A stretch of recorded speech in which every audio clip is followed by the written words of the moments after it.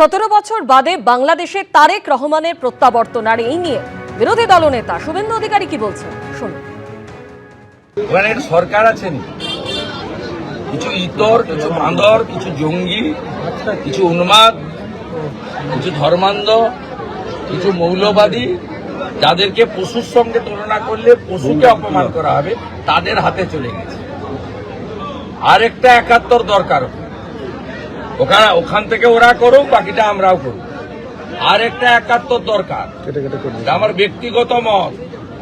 অনেকেই বলেছেন, আমি বলছি, এদের শিক্ষা দিতে গেলে ভারতবর্ষের এদিক থেকে কয়েকটা ড্রোন পাঠাতে হবে, অপারেশন সিঁদুরের মতো। অস্থিরতা ক্রমেই বাড়ছে বাংলাদেশে। নতুন করে উত্তপ্ত বাংলাদেশ।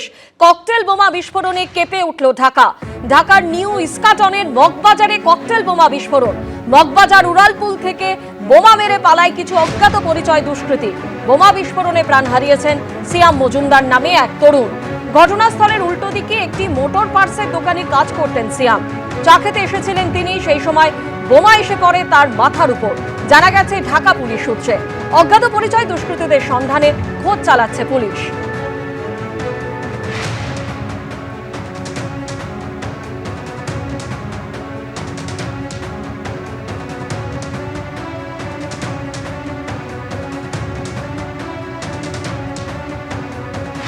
ককটেল বোমা বিস্ফোরণ ঢাকা, এবং তাতে একজনের মৃত্যু হয়েছে, এক তরুণ যার নাম সিয়াম মজুমদার।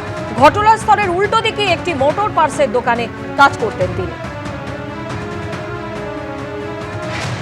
17 বছর বাদে তারেক রহমানের প্রত্যাবর্তন নিয়ে আমরা কথা বলেছিলাম প্রাক্তন সেনাকর্তা ব্রিগেডিয়ার দেবাশিস দাসের সঙ্গে। তিনি কি বলেছেন শোনাবো।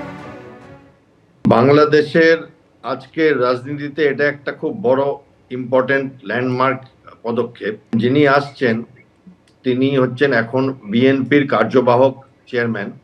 তার মা যিনি চেয়ারম্যান তিনি এখন হাসপাতালে। যখন এনার মা প্রধানমন্ত্রী ছিলেন তখন একটা সময় 2001 থেকে 2006 সময় হাওয়া মহল বলে, হাওয়া ভবন বলে ঢাকাতে একটা বাড়ি আছে, সেখান থেকে ইনি অফিস চালাতেন এবং সবাই বলতো যে প্রাইম মিনিস্টারের থেকে বেশি শক্তিশালী সেই ভবনটি।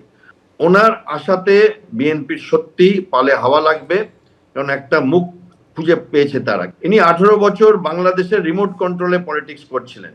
হালে ইনি এই বছর এই কয়েক মাস আগে জুন মাসে বাংলাদেশের যিনি প্রধান উপদেষ্টা তার সাথে লন্ডনে দেখা সাক্ষাৎ করেন এবং ঠিক ইলেকশনের 50 দিন আগে উনি পৌঁছালেন ঢাকা। এখন একটা সিম্প্যাথি ভোটও কাজ করছে। বেগম খালেদা জিয়ার অনেক সমর্থক আছে, বিএনপির অনেক সমর্থক আছে, তারা দেখছে তিনি হাসপাতালে পড়ে আছেন এবং তখন তার বড় ছেলে এসে বাংলাদেশে ঢুকলো। এবিপি আনন্দ, এগিয়ে থাকে, এগিয়ে রাখে।